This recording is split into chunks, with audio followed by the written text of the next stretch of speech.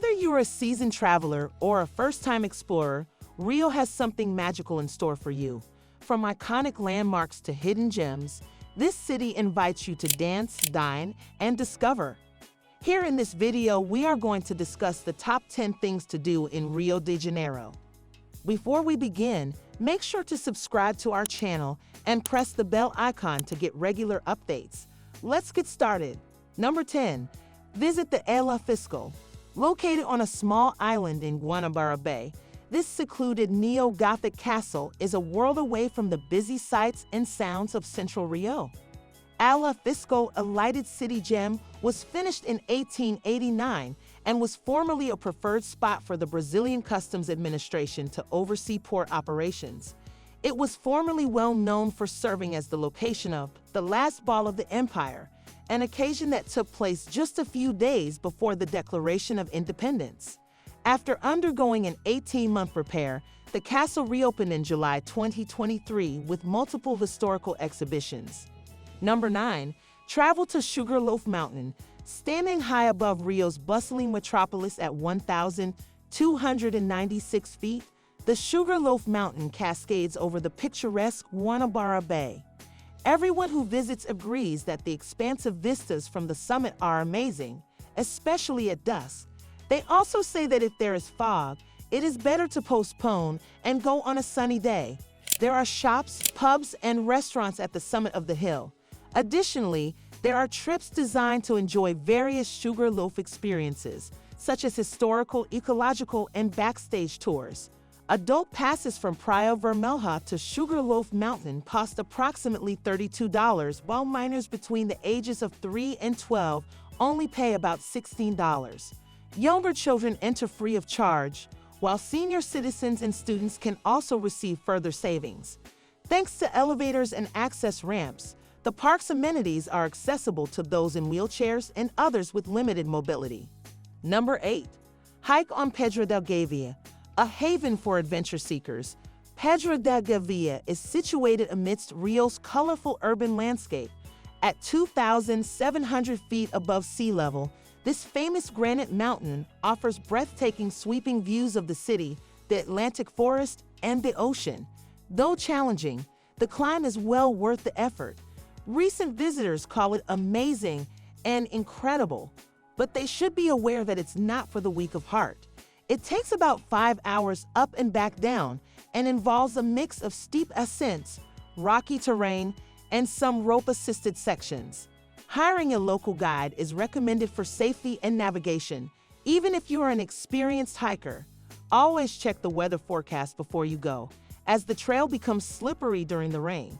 On the way back down, don't forget to visit the Garganta do Cio, the sky's throat, for a unique perspective of Rio's coastline. Number 7. Observe the Escadaria Selaron. The 250-step Selaron steps, also known as the Escadaria Selaron, are a well-known monument in Rio de Janeiro. Over 2,000 precisely placed tiles from all over the world adorn this stairway. The artist George Selaron, who was born in Chile, started the project in 1990 to turn a crumbling outdoor stairway in Rio's center into one of the most photographed wonders in the city. Selaron, who devoted hours of his life to what he called the tribute to Brazilian people, ended up dead in 2013 on his steps. The cause of his death is unknown. The monument is still one of the most popular tourist destinations in the city and has been featured in movies, music videos, and fashion magazines. The best part is that entry is free. Even though it might get crowded, recent visitors say it's a must-see and a terrific place to take pictures. Although several visitors said that the steps are secure, it is advised to keep personal items close at hand when exploring the surroundings to prevent pickpocketing. Taking an Uber or a cab is the most convenient way to get to the steps. Alternatively, you can walk to the Selaron steps from Finlandia via subway. Number 6. Explore the Barra da Tijuca. Barra, or Barra da Tijuca, is a popular neighborhood among cariocas, encompassing an 11-mile stretch of shoreline and an adjacent commercial mall. Recent visitors claim that the atmosphere on the beach is more comfortable than that of Copacabana. It's also said to be the perfect place for cycling, jogging, and walking. One of Carioca's favorite pastimes is surfing, which you may find places to learn.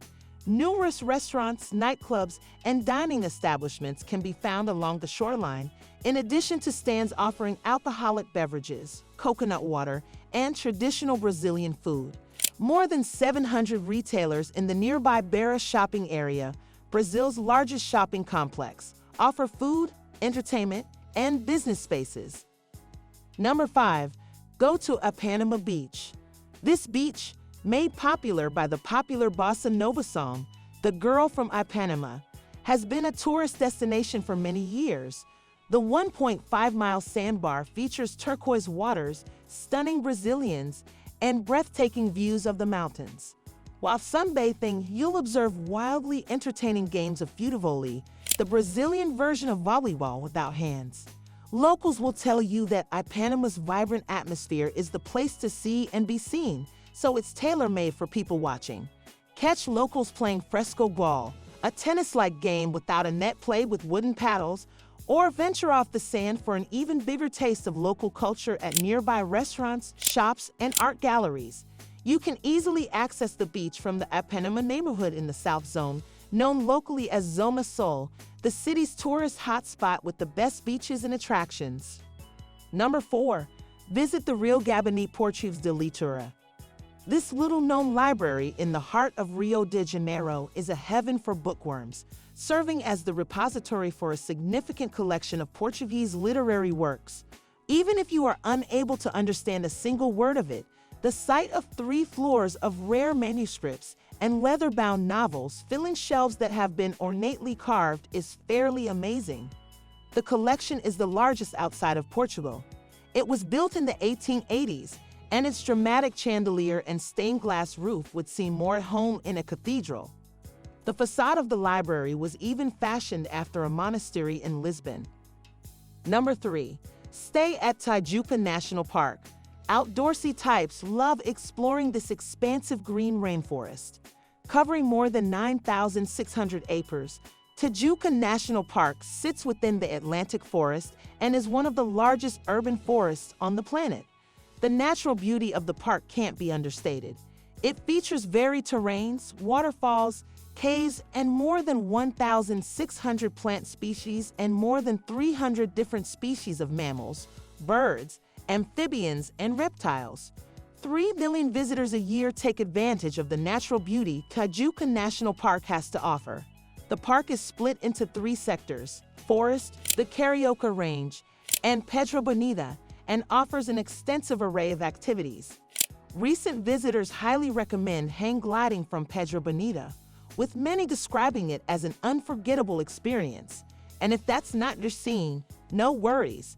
Parkgoers say the natural beauty is sure to please everyone. Number 2. See Christ the Redeemer. One of Rio's must-see attractions is this famous monument. This statue of Jesus Christ, which is regarded as one of the new 7 wonders of the world, is perched 2,310 feet above the city and has his arms extended toward the city. The 124-foot-tall monument, which was begun in 1922 and finished in 1931, is composed of concrete and coated with mosaic tiles made of soapstone. It serves as a religious and cultural representation of the hospitable and friendly culture of the Brazilian people. Situated atop Corcovado Mountain within the Tijuca National Park, the monument is the most well-known site in Rio de Janeiro, pulling in roughly 2 million visitors annually. As the view from this location is the best in the city, recent visitors advise going on a clear sky day.